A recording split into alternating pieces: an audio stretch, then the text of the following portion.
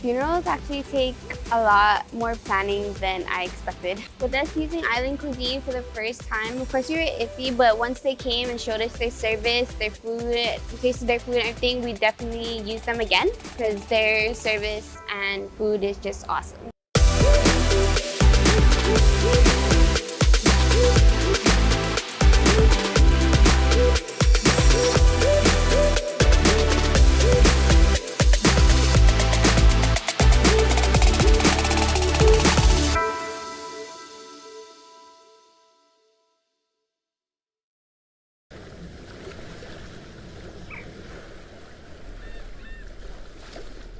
I have a question for you. Yes. Would you rather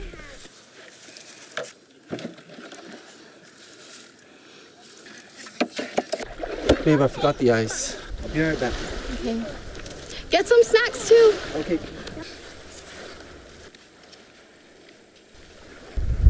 Hey, excuse me, sir. Did you forget something? Actually, yes, we forgot a bag of ice for our drinks. Worth one pobetsu. We could take care of that for you. Follow me. You said you needed ice? Yes, ma'am. Is there anything else you needed? Yes, maybe some snacks. Sure. Okay, your order's complete, sir. Your order should be here shortly. All right, great. Thank you. Sir, here's your order.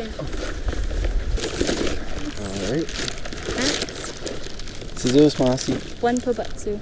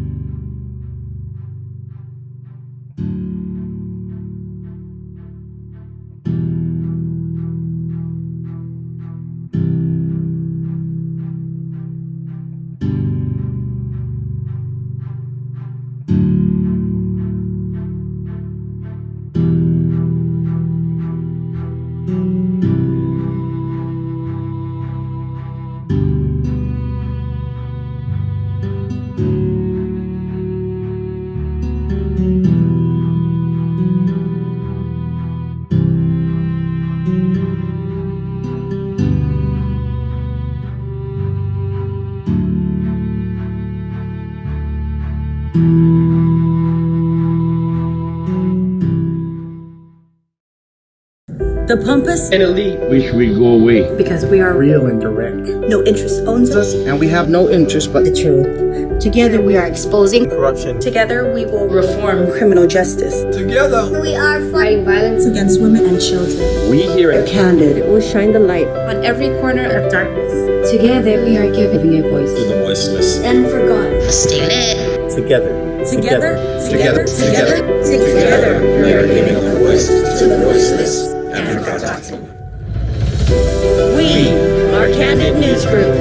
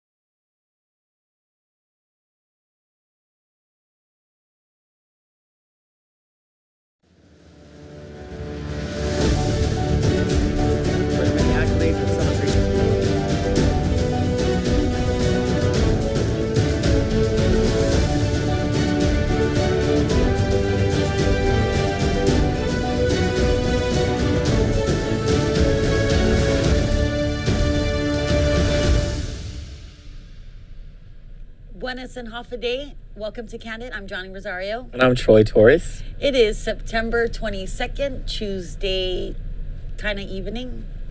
What time is it? Almost 5. Oh, it's almost 5. It's not like anyone's working. The whole island is like shut down or something. Well, thanks for joining us from our comfortable positions here on the 7th floor of the DNA building in Hagåtña, Guam. We have some news. Well, we have actually big news for you today. It's not like It's not wonderful news or anything, but it's an opportunity for our leaders to do something about it over at Guam Memorial Hospital. But before we get to that, let's go ahead and cast to my screen, Chelu, where we have a picture of a dog floating in the water. He's dead because someone tied him to a rock and threw him into the river. Guam Animals in Need is offering a $2,000 reward to catch the killer for information directly leading to the arrest and prosecution of the monster who is behind this.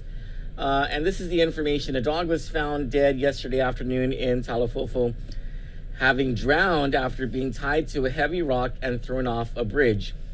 You know, this is one of those times where, as much as I'm a pro-lifer, like, I would want to take this monster, tie him or her to a rock, and throw him or her into Retidian. You know, this is horrific. This says something about our society that stuff like this happens. The body of the dog was spotted by a local resident running around along Route 4 in Talafofo at 3 p.m. on Sunday, halfway across the bridge located near Jeff's Pirate Cove and Epan. He noticed a strange object floating on the ocean-facing side of the bridge. When he stopped to inspect, he realized it was a dog tied to a rock. I saw the body because it was low tide, the runner said, and he called 911, and GPD responded.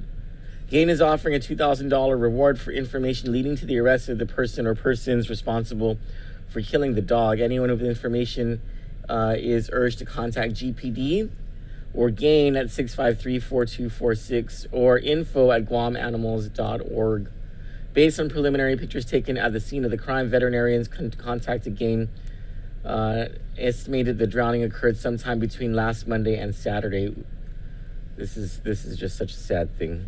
Anyway, there's that, and did you guys get any of the what do you call this stuff? Yes, I don't know. What is It's the one from Pop's cheese Bakery, bread. right? Cheese bread. But they sell it at 76 where I got it. Uh-huh. What is it called? No, I think it's cheese bread. There's the white one and the purple. Did you get any, Cello? It's so good. No, I didn't share him. Oh. Share with him. I got mine with root beer. We are bad because on Sunday, it was Eric's birthday. So really, F COVID, okay? Yes. We missed his birthday. I'm We such a bad forgot about his cousin, birthday. But I will make it up to him No, because he wants crib? to eat the beer. Yeah. Yeah. Governor, now we're not saying that we're going to be, what's the word? The illegal word? Congregating. We're not gonna be congregating. We're gonna eat the beer separately. So everybody say happy birthday to Eric. Happy birthday, Eric. Thanks. He's older than me, so that's why I'm smiling. Thanks. Congressman Mike St. Nicholas put out a response to criticisms that former Congressman Robert Underwood made regarding China. Essentially, Congressman Underwood shamelessly took advantage of people's fears because of the China thing and played to that for his political advantage. So the Congressman St. Nicholas wanted to assuage our fears, and he issued a statement. He said, recent news stories have indicated that there is a lack of awareness, attention, and commitment to missile defense on Guam, and that is factually incorrect. He says, the Missile Defense Agency has already initiated funding architecture studies for missile defense on Guam and have even already named the project the Homeland Defense System Guam, HDS Guam, with United States Indo-Pacific Command renaming the same project the Aegis Ashore Guam. The timelines of the missile defense project are such that the next phase of project funding at $78 million is better suited for the 2022 National Defense Authorization Act. If phase one, which has already been funded and is ongoing, will be completed in time for the next phase to be funded in the 2022 NDAA. And maybe the reason that people on Guam are not entirely aware of the fact that U.S. Indo-Pacific Command led this push for this anti-ballistic missile basically Star Wars thing, right? Where they're able to intercept and shoot down missiles that come our way, is called the because THAAD. we were the only news agency that covered the news when U.S. Indo-Pacific Command put it out. When was that? Was that July? I think so. it was July or something like that. And Congressman St. Nicholas put out a release about it, and I don't know why the other news agencies decided not to cover it. But this... Come on, guys. Come on, Guam. That's why we didn't care about that whole China thing that was put out yesterday. Anyway, let's see. Everyone's saying happy birthday to Eric. Oh, thank you, Pam Duvall, for getting us our, what is this thing called? If it would something. Carbon. Yeah. It's, I would sit up, but yeah. Look at that. It's so beautiful. It has our names. It says, thank you, Guardians of Guam. And our names on it. Troy Torres, Johnny, Carlos, Eric, and Jacob. Pam, you're so awesome. Alicia Canata wants to eat the beer too. And And drink the cake. Oh, Leah-Beth Nohalava says happy birthday, and it was her birthday 2 days ago. Thanks, Leah-Beth. Happy belated birthday. Oh, it's you and her have the same birthday. Hey, Yeah. Ran. Yeah, her birthday was 2 days ago. Happy birthday, Leah-Beth. And my mom's was on the 18th. Happy birthday. And our grandma on the 18th. My grandma and my mom, I thought it was grandma and you, or the 21st. No, I think grandma's on the 18th. No, I'll cancel that one. don't listen to Eric. All right, so when we were researching something, we found something else. It was not very much related to what we were researching, but we found it. The U.S. Army Corps of Engineers, in April of this year, while we were in the thick of COVID, put out a report. 132 pages, I think.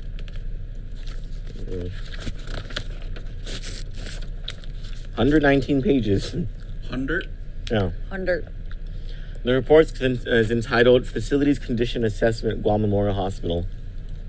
What happened was, last year, Governor Luliang Girl invited the Army Corps to do a facilities assessment. In February or March, a preliminary report came out, and then a final report was given to the administration, and it's this report, this final report. But by the time the final report came out in April, we were in the thick of the COVID-19 thing. But this report is very alarming. And I know that there are critics of the governor, because when this report came out, and even though it wasn't released to the public, the governor did say she wants to pursue the avenue of building a new hospital. And she was criticized for that because of the cost. But I think the cost, we can set aside the thing about the cost, because there are reasonable explanations for that, and maybe the governor and her team didn't quite understand. But nonetheless, according to this report, the governor is absolutely right. Guam needs a new hospital. On just the third page of this 119-page report, these are the following main concerns that the U.S. Army Corps of Engineers came up with. And mind you, we are in the middle of a crisis where we depend on the lifeline of the crisis to be Guam Memorial Hospital. It's the only lifeline that we have. It's the only public hospital that we have. So, I mean, if we weren't in a COVID-19 situation, this would already be alarming because of the heart attacks and the baby deliveries and the outpatient surgeries and everything that happens at GMH. But it escalates because we are in this crisis, and the use of facilities and equipment, the use of the electricity and all that stuff. And when you see these major areas, you understand why something like electricity is so vitally important. Well, this is what it is. Failure of the roof and exterior window assemblies. You know what that means, right? Yeah, the roof system is gonna go. It's giving, because there's only like this much thick of concrete, right? Under that concrete, it's styrofoam to insulate it. Yeah. The concrete's all cracked. And so the moisture's getting in. Yep. Yeah. Z-Wing has structurally failed and is unsafe. A and B wings need structural analyses. You know why it needs structural analyses according to this report? Because they can't find the blueprints prior to 1974. So they can't make a determination about the structural analysis of these wings because they don't know what's underneath everything. Yeah, that's what this report says. Non-compliant aged electrical distribution system. We'll explain that in just a little bit. Incomplete fire sprinkler protection throughout the facility. Incomplete firewall barriers and fire zone separation. Corrosive failure of mechanical air distribution systems. Improper pressurization of the facility. Inadequate sizing of inpatient rooms, ADA non-compliant, lack of medical air and emergency power outlets. Many patient rooms are shared, lack of privacy, and HIPAA concerns. Medical equipment is antiquated and in need of repair by replacement. Lack of parking for patients and visitors. Parking lot needs to be expanded. Okay, we all know about that very last part. Anyone who's ever been to GMH, that parking thing. So a lot of this stuff is related to the roof and the electrical system, the electrical distribution system. So this is what the electrical distribution system means. Okay, say you have a house and you also have a 20K generator that can power your whole house if the power goes down, right? So if you don't pay your bill or there's a blackout on Guam or whatever, the power's going to go out, but you can rely on your backup generator, right? No problem. GMH has the same stuff. It has island power and it has its emergency generator backup system. That's fine. But let's say the wiring throughout your house that goes from the generator or the island-wide power system or whatever it is, the wiring that's inside your walls start to corrode or like start to break, so that no matter if you're on generator or electrical power, your air cons in the bedrooms don't work, your refrigerator doesn't work, and what else? Your washing machine doesn't work, but all the lights turn on and the air con in the living room turns on. That's because the electrical distribution system in your house is faulty. That's what this report is saying, but it doesn't just say that it's faulty. It says it's non-compliant and it's aged. And that's because the electrical distribution system has been there for 50 years. And that's a pretty scary thing. The fact that they don't have the blueprints prior to 1974 means they can't even find the rest of the electrical distribution system in those other buildings. The roof, the cracks in the roof lend to the problem with the faulty electrical distribution system. And here's the problem with an electrical distribution system being faulty in a hospital if it's not already obvious. Well, that could mean that at any time, today, tomorrow, whatever the case may be, and we shouldn't risk it by failing to at least provide a temporary repair to the electrical distribution system while we're on our way to building a new hospital. Is what if the electricity goes out on the machine that provides the anesthesia during surgery and a patient wakes up in the middle of surgery? Or what if the pharmacy, which puts the drugs together, including the IV bags and those things meant for patient care in the rooms, what if the power goes out there and bacteria gets into those IV bags because there wasn't enough pressurization or moisture control or whatever the case may be?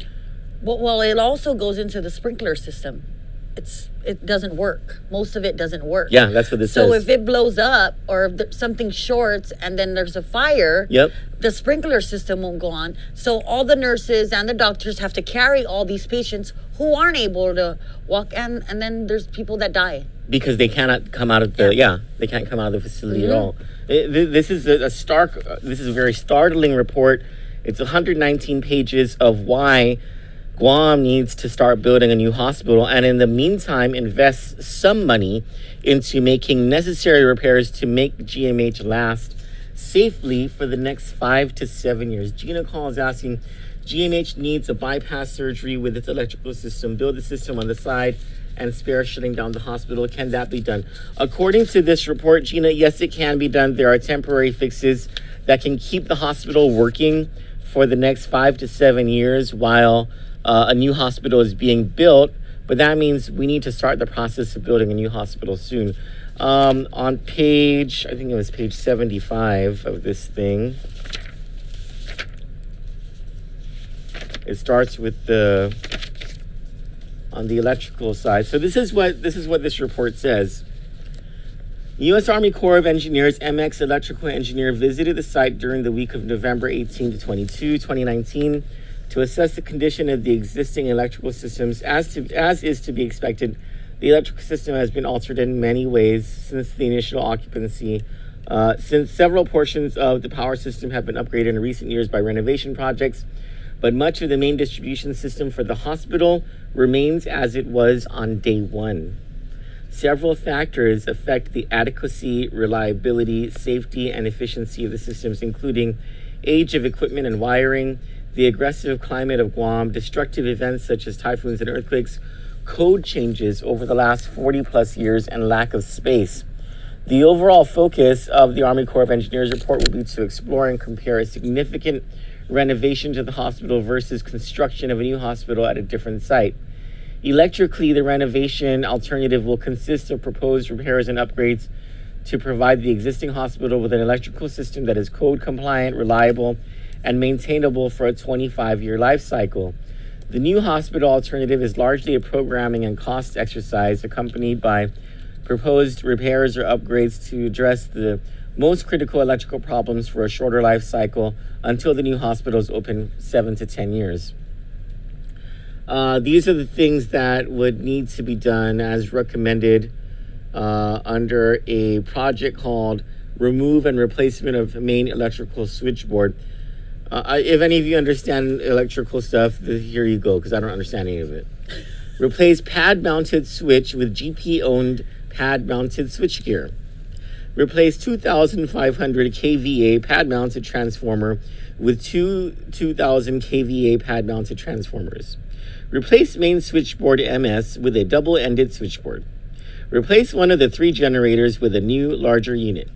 Replace all old motor control centers. This is like ear candy for all the testosterone-fueled guys out there and lesbians. No, most of them don't know electric. Oh, they're telling their wives they know. No, they're lying. They're saying. My dad was an electrician. They're saying leche down. That's good. That's important. we just need that. Demolish manual transfer switches, Kirk key interlocks, and breakers that are the present means for transferring load from one generator to another. That actually does sound important. Provide paralleling switchgear to. So this goes on and on. There's like a lot that needs to be done. And the report goes on and on. Let me just show you some of the stuff. There are pictures, and everyone likes pictures in reports. But let's see what some of these comments are. D. Nice Pangelinan says, all the monies dumped into unnecessary hires, fake positions, salary increases should have gone into the hospital. John Jr. Angela Salas says, what about Madeline Berdalio's position in Washington? Getting paid for doing what? Mike Grace Blas says, Governor of Guam, here's your chance to redeem yourself. Good afternoon, Joanne Fullerton. Michael Rages says, tell them to check the time capsule. Maybe it's in there. Here are some pictures for you. Hang on. All right, go ahead and switch to my screen. Oh. Dang, is that a fish? Hold on, I need to make it. How do I do that? View. Single page.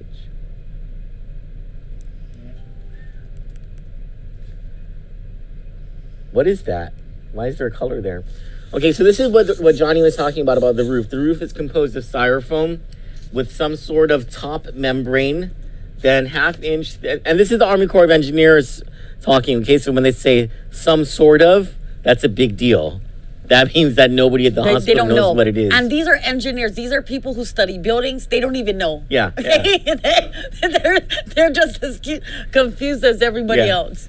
Then half-inch thick concrete topping with painted top coat installed over a flat structural concrete roof slab. Major cracking has occurred throughout this top layer, allowing moisture to infiltrate.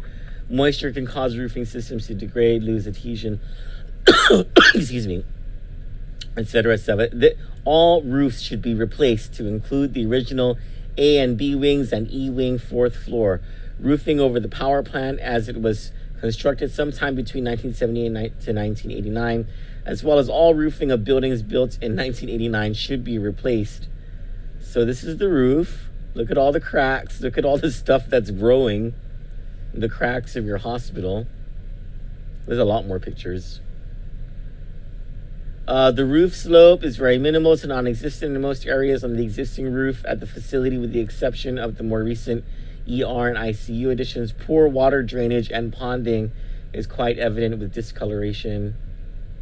So the slopes are all wrong. Drainage is not happening. The roof is screwed up. Yeah.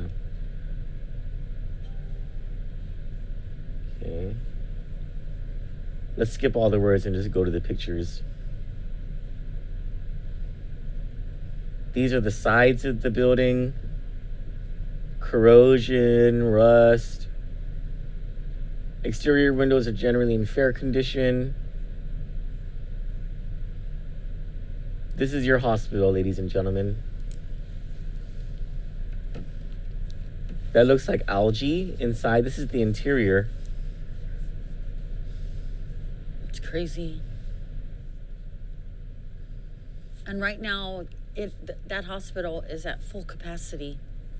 It's beyond full capacity. They had to augment the hospital in order to accept all those COVID patients in the ICU.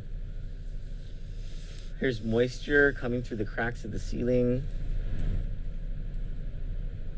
Is this the playroom? Is that a playroom? What is that? I don't know, but they're showing you the paint, the bubbling of the paint. And then even the people that they hired to paint this hospital, they painted over, you know, like when you enter the elevator or the door jams, things are supposed to be inspected. And these painters over the years have painted over what is it called? No, you know how it has that silver piece on certain areas to say it was inspected and these are the dimensions. It has to be shown. Oh. Like the inspection report. Oh. You know, like they painted over that? They painted over them. This says the majority of the buildings has a significant amount of mold growth, peeling paint, and discoloration on the exterior surface. The exterior wall itself appears to be in good condition. Guam is located in a tropical, extreme humid location. Although some of the mold may be located on the surface, other areas appear to be more significant. What did I just do? This is, I think if you I think if you go smoke over at GMH on the side, you can see this for yourself. Not that anyone goes to smoke on the side of GMH or anything. Class Shelling says, Troy, I'm coughing just looking at the pictures. What is this? What is that?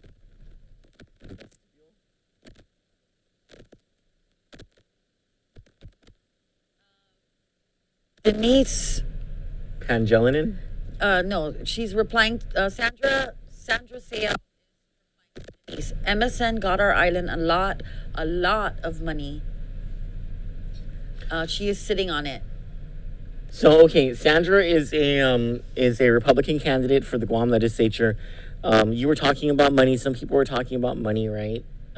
This is one of the most important things for the 36 Guam legislatures to do. And so one of the most important things that we can ask of candidates today is, would you authorize the governor to go after a public-private partnership with some sort of developer to develop a new hospital? And with the same financial scheme, because Guam doesn't have any more debt capacity. We have like $220 million in debt capacity.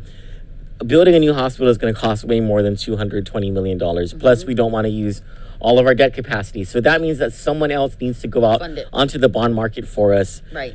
and to capitalize all of the financing on the front end. And over the next 20, 30 years, whatever the life of the private equity bond is, the government of Guam would lease the hospital from this developer. Yeah. And every year the legislature agrees to pay what is essentially a debt service, or the cost of the debt service, for that private partner to develop and maintain the facility while GMH operates it. Well, if you look at most of the communities in the United States, it's mainly public-private partnerships. Because it works. They thrive. Yeah. You know? Yeah. So we really need to get on the ball, and because we're living in 19 Taki. Literally, apparently, according to this report. Wait, there's way more. So there's another issue with like how the hospital operates itself, and it's stacking things all the way to the ceiling, which is a fire hazard. There's open cabinets, which means dust falls in. So if you're doing your paperwork or preparing any of the medicines, dust could fall in, and then you are... And this is a big deal in a clinical setting, right? Like you Yes. worked at a clinic. Yes. And Very everything big had deal. to be... Yes. Right? Yes. There's problems with the fire extinguishers. Oh, that's what you're talking about. They painted over this thing. Yes. Joanne Titano asks, so how does the fire department pass the hospital if the sprinkler system isn't working?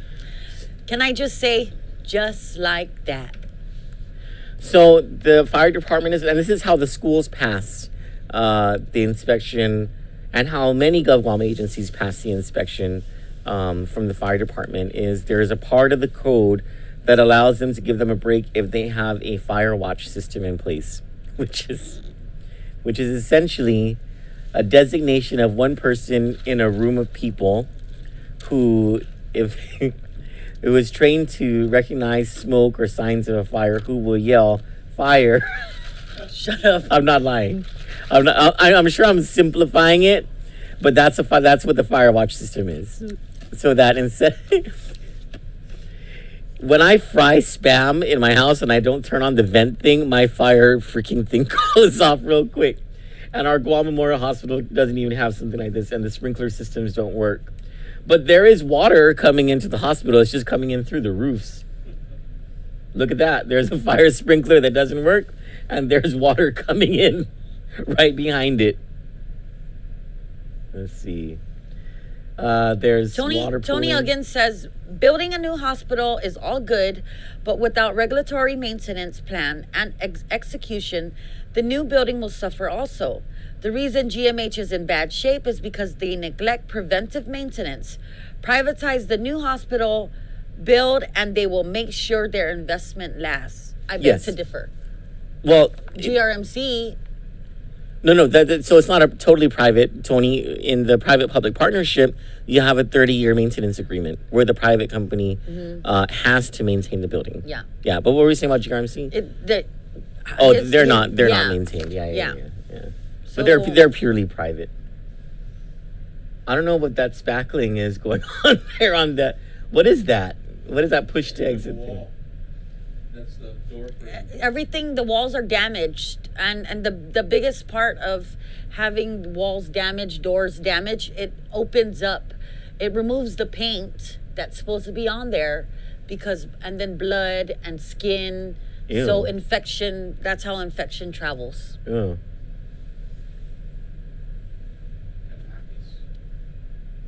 Yep, look at all this. It's not like GMH has the money to do stuff about this, which is part of the point, you know? No, every year that they ask for more money or there's a plan, they end up not. And then when they're given just a little bit of money, it doesn't. In the previous person that was taking care of the hospital, money didn't. It was like a slush fund. Yeah. Yep. Money wasn't going to what was supposed to be done. What's that first picture? Let me see. It says there's an abandoned wire out of the plenum above and down through the gypsum board ceiling at this specific sprinkler head. It's a sprinkler right there. It's a sprinkler and then some kind of wire. Wow. Well, they don't have to worry about the wire getting wet because the sprinkler doesn't work. And that's in the pharmacy. Wow. What is this? Oh, storing stacked. stuff all the way to the ceiling. Yes. There's a sprinkler right there. They don't even know if it's working.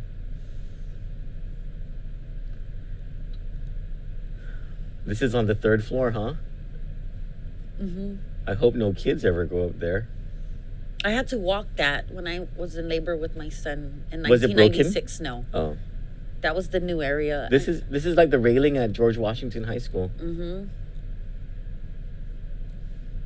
Look at that. After doing this report, Troy, it's gonna just be our luck. We're gonna end up there. We're gonna end up. Well, I want to be clear. We're not putting GMH people down. What we're actually advocating is for them to have A better a brand new facility. Yeah, it is not worth renovating this thing. And according to the Army Corps of Engineers, it would cost more to renovate GMH than it would to replace it. Renovation's always more expensive than building new. Because the demolish that costs extra. Oh, okay. Yeah. Okay. Oh, yeah, and all the Yeah. abatement for Then the removing- asbestos and yeah. all that stuff. This is something that would give my dad a headache. The wires. This is electrical or comm panel has a lot of wiring, which some appears to be abandoned or not used. Some of the wires actually are routed through this panel, preventing the door to be securely closed. Major scheduled repair. Recommend removing any unnecessary or abandoned wires back to source. Clean and organize wiring so the panel can close and secure properly.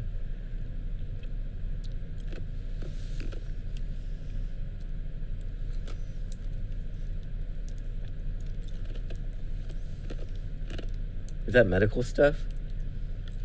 This is the storage room. Poor GMH. Mm-hmm. And Lillian is taking on now that all of this is coming out, you know? So this says sliding corridor latching hardware broken, does not function. Oh, that's for that above. This one says conduit on the far left actually routes up and then horizontally through the corridor wall, but not sure where it goes. These are engineers, okay?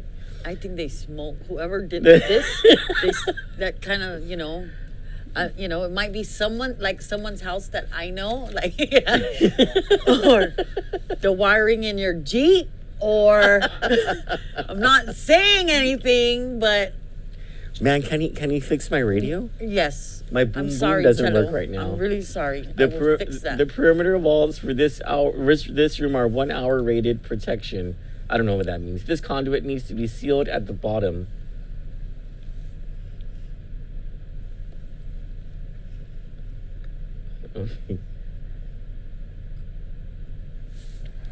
Can you imagine the odor tomorrow, ladies, when those people, the engineers and the people doing this assessments, like, can you imagine what the old ladies were saying to them?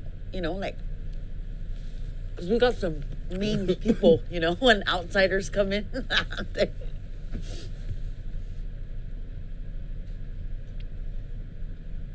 It's so sad. And the Paul said, "Sweeper's delight." That's all. Though, I mean, there's a lot more to this report. We're going to be doing a whole series of stories on just based on this report alone. We'll try to get comments from the administration about where they are with their plans for a new hospital. Because back in February or March, the governor said that this was a top priority for her. Thankfully, it is. She weathered criticism from some senators and some in the community. But according to this report, validated by the U.S. Army Corps of Engineers, our governor is right. GMH needs to be replaced now. What are we going to do about it? And it requires the new legislature to give her the authorization to enter a public-private partnership. It'll require municipal lease payments to a developer over a 20 or 30-year period.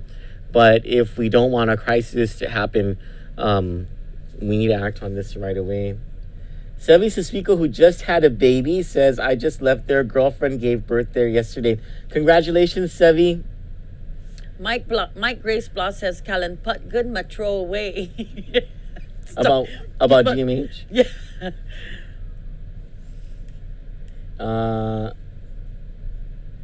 Class Shelling says, basically crack the roof for sprinkler.